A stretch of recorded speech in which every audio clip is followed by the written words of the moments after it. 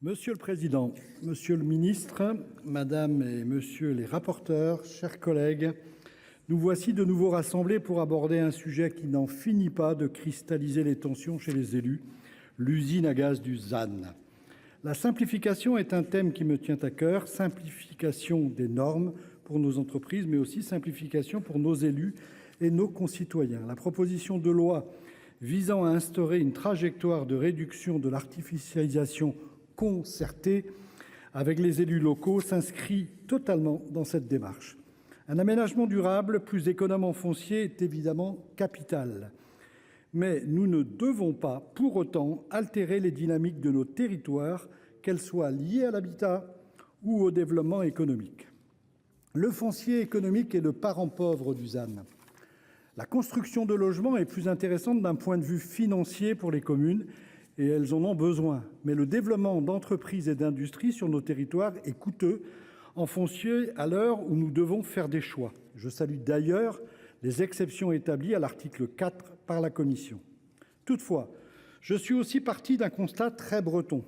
Pardonnez-moi mon chauvinisme, nos paysages sont amochés par de nombreuses friches de bâtiments agricoles amiantés en ruine. Aujourd'hui, personne ne souhaite les récupérer et les renaturer.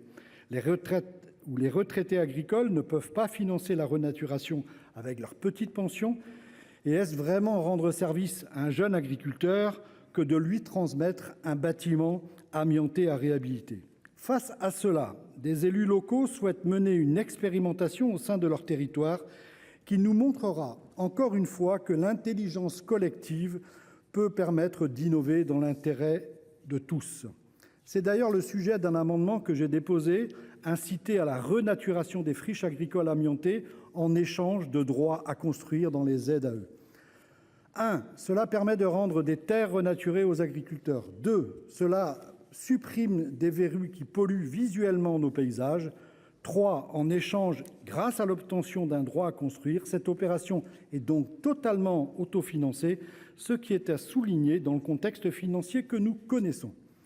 J'élargis aussi cette réflexion sur le véritable besoin de trouver des modèles économiques durables pour financer la réduction de l'artificialisation tout en continuant d'investir pour nos territoires et pour notre souveraineté. Mon collègue Hervé Maurey pourrait vous en parler plus longuement. Par ailleurs, je souhaite aussi aujourd'hui vous parler du besoin d'être attentif aux spécificités locales. J'en veux pour exemple la configuration des communes bretonnes, encore une fois, qui sont constituées pour la plupart d'un centre-bourg et de petits hameaux historiquement agricoles dispersés dans la campagne aux alentours. Un très grand nombre de ces hameaux ne sont à l'heure actuelle pas considérés comme des secteurs déjà urbanisés, ce qui complexifie la possibilité de construire dans les dents creuses qui s'y trouvent. Or, vous en conviendrez une nouvelle fois, il serait bien plus logique de densifier l'existant plutôt que d'étendre les limites de l'urbanisation.